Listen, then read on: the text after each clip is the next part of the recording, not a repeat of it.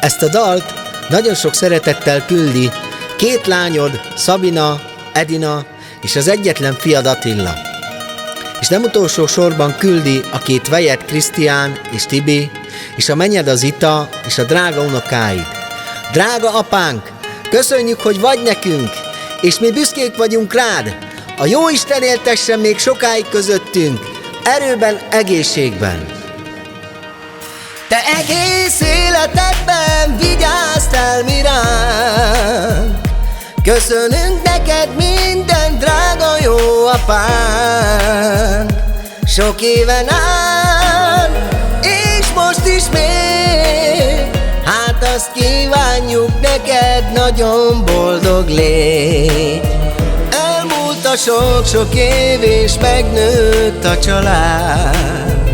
Azóta van neked már sok szép unokád, minden unokád és a család. Most ezzel a dallal téged így köszöntenek. Szóljon a dal most te neked, kívánunk hosszú életet. Nem éred semmi gond, mert itt vagyunk veled. Amíg csak élsz, itt leszünk melletted. A nagy világ te vagy nekünk, most hadd köszönjük meg az egész életünk. Drága apánk, fogad még egyszer tőlünk ezt a dalt nagyon sok szeretettel, a családodtól, Szabinától, Edinától, a fiaktól, Attilától és a vejeiktől, mennyedtől és az unokáiktól. Te egész életedben vigyáztál mi ránk.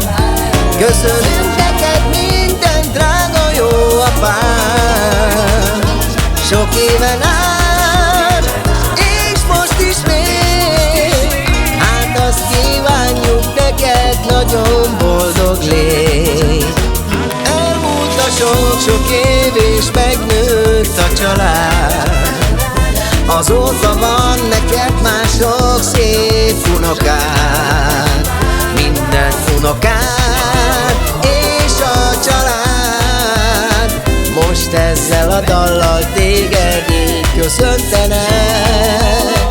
Szóljon a dal most te neked, kívánunk hosszú életet.